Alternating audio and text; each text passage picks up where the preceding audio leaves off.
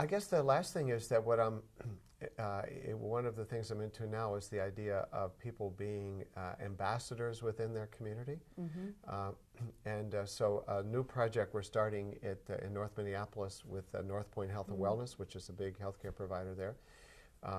And we're, in fact, next week going to be doing the initial community meeting, is ambassadors of health among African American women. So African American women as ambassadors of health in their extended families, their church networks, their workplaces, whatever.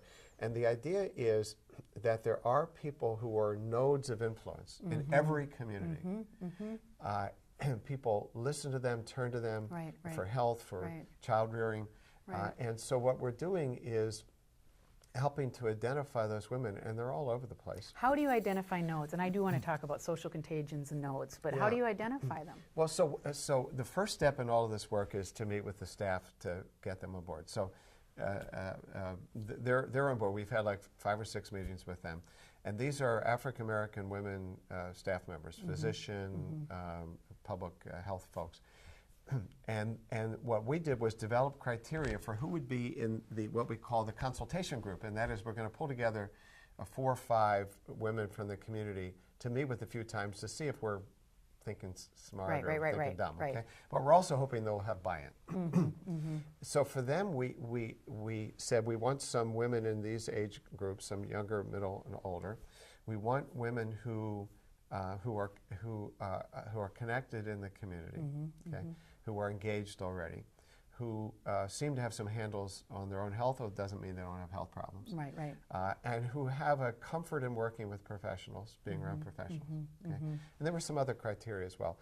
And so then with those criteria in mind, then we generated names and a script for talking to them. So that group is going to meet next week. That group will see if they like this idea, and then that group will develop the criteria for inviting the 10 women to the community action group. And then that group will put together the training, the curriculum, and by that point, that group is going to be so invested in this, they're going to be recruiting like crazy, because they're going to identify other layers of African American women who are connectors. So that's how you do it. And there's tremendous, this is social norm, this is using social norms for social good, really. Yes, it's countering social norms with social norms, right? Yep. So nodes being people of influence, and they could be the lady that maybe isn't a stay-at-home mom even, but she just got that energy where she knows everybody, she's involved, This is my mother. She did her health consultations on the phone. She didn't have to see the patient, people, her friends and family, and she had a big extended family. The mothers would call her about the doctor visit. And I'd hear my mother doing the consultation. Make sure that the doctor got it right. Exactly. But what we're going to do is create a training program, and maybe even they could be certified or something as a health ambassador. But the curriculum will be co-created with these leaders in the community. And then we hope to form a community of ambassadors, so people who are already influencers and nodes of influence, but who could also use, as most of us could, some upgraded knowledge, and understanding about how the healthcare system works, so that they can do the job they're already doing better, as opposed to creating a new job. And generally they want that anyway. They're generally interested and notice the difference between what we're going to do, and hopefully it'll work, and have you heard of the promotoras programs in the Latino community in the Southwest, where they find women who are connectors? The downside there is that they hire them. That's right. Okay. And so it's often soft funding, it's grant money, it's government money. If the money goes away, they go away. And this was like one of those moments in my career as assistant professional. I went, oh my goodness, I see it. I see how it goes. I was in Texas at a family healthcare meeting, and there was a panel on the promotoras initiatives in Texas. And the promotoras these are lay women. They haven't even had a high school degree in the past, but they're connected in the community, and they're trained to go out and they take blood pressure readings. They visit people to make sure they're taking care of themselves. They do.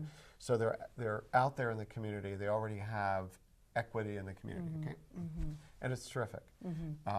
So there was a panel, there's a state level oversight group. So there's this panel, and some of the leaders were saying, no, we can't be having women without high school degrees. They have to have a high school degree. And somebody else was saying, well, eventually this is going to be college degrees. And then there is a credentialing. And then you realize there's all these groups out there, Andrea, that they're calling themselves promotores, and they haven't had. And how dare they? How dare they? And I went, there it is. Yes. See, that's what happens. What we do is we create what used to be a lay thing. We start to professionalize it, and then eventually they'll have to have master's degrees. Well, and what's going to happen too is then when that professionalization starts happening, the women are still going to do it. They're going to still be doing what your mom did. Exactly. They're just going to blow off that. That's right. That's right. For complicated reasons, they maybe don't have time. They've got children. They've got and there can never be enough paid promotoras. Okay, and then at some point, they just form a guild, and so no guilds. Nobody's going to get paid for this. It's, do they want to do better for their loved ones, that which they're already doing? And so we'll see if it can work. But that's the pure citizen model.